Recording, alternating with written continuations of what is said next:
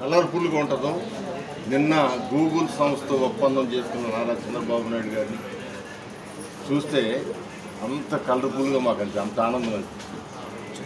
ఎందుకంటే ప్రపంచానికి మొత్తానికి కూడా ఆర్థికంగా బలోపేతం చేసిన గూగుల్ సంస్థ ఇవాళ అమెరికా దేశం తర్వాత అంత పెద్ద కంపెనీని మన ఆంధ్ర రాష్ట్రంలో విడిపోయిన ఆంధ్ర రాష్ట్రంలో స్థాపించడానికి అగ్రిమెంట్ అయ్యి తక్షణమే వర్క్లో కూడా రావడానికి సముద్రాలు దాటి అనేక దేశాలకు ఇక్కడి నుంచి కూడా కమ్యూనికేషన్ ఇచ్చే విధంగా ఏర్పాటు అయిందంటే అంతకంటే గొప్ప విషయం. దాన్ని కూడా ప్రతిపక్ష పార్టీ ఉపయోగిస్తామండి. ఇవాళ గూగుల్ సంస్థ వస్తే చంద్రబాబు గారికి అది లాభం. మన బిడ్డ ఈ గూగుల్ సంస్థతో ప్రధానమైన పాత్ర మేము గర్వంగా చెప్పుకున్నాం. నారా లోకేష్ బాబు గారిని మేము గర్వంగా చెప్పుకున్నాం.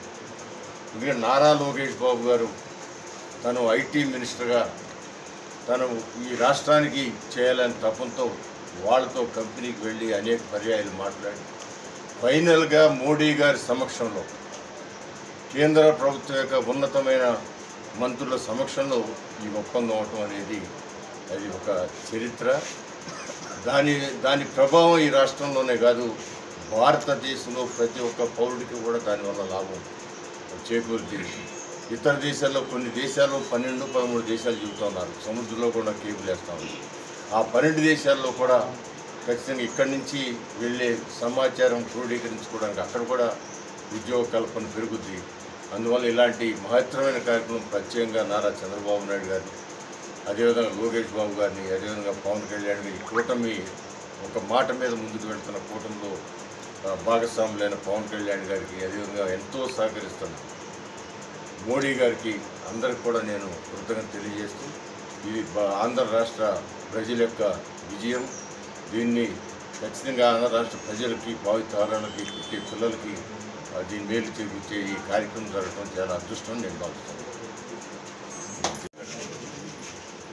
ఆయన అప్పుడప్పుడు కొన్ని డైలాగులు చాలామంది చెప్పారు, ఎంతవరకు నిజం నాకు తెలియదు కదా.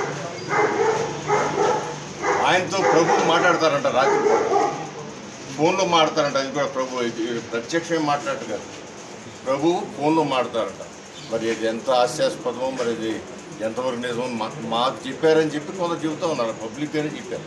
ఒక ఐఏఎస్ ఆఫీసర్ చెప్పాడు, ఇంకా చాలామంది నాయకులు కూడా చెప్పారు. ఆ విధంగా ఆయన నిజంగా దేవుడి మీద భక్తి ఉంటే ఖచ్చితంగా రోజు అదే పూజ చేస్తూ ఉంటుంటాడు ఆయన. ఈ రాష్ట్రానికి ఏమి రాకూడదు, ఈ రాష్ట్రం సర్వనాశనం అయిపోవాలా, అందరూ ఏడుస్తూ ఉండాలా, నేను ఒక్కడినే నవ్వుతూ ఉండాలని చెప్పి ఆయన భావించుకుంటారు.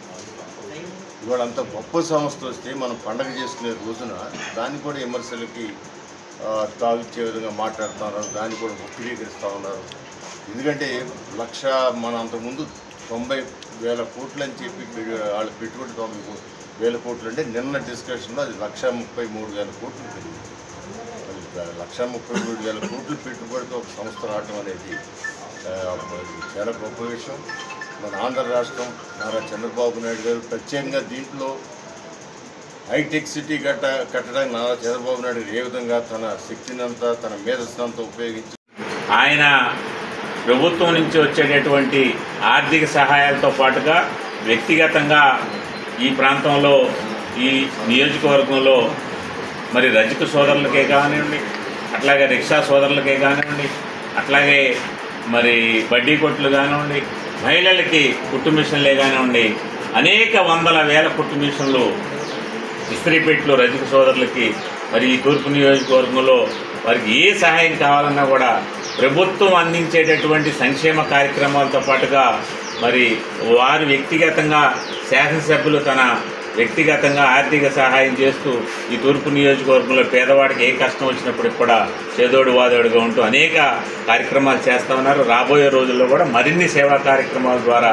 ముందుకి ఈ తూర్పు నియోజకవర్గంలో ప్రతి మనిషికి కూడా ఈ శాసనసభ్యుని కార్యాలయం నుంచి ఏ సహాయం కావాలన్నా అందించే విధంగా శాసనసభ్యులు మరి కార్యాచరణ రూపొందించడం జరుగుతుంది. దాని నిమిత్తంలో భాగంగా ఈరోజు ఇక్కడ 96,000 రూపాయలు విలువ చేసేటటువంటి ఆర్థిక సహాయాన్ని రజక సోదరులకు ఇవ్వడం జరిగింది. ఈ తూర్పు నియోజకవర్గ తెలుగుదేశం పార్టీ కార్పొరేటర్లుగా, కార్యకర్తలుగా అందరికి కూడా ధన్యవాదాలు తెలియజేస్తాను.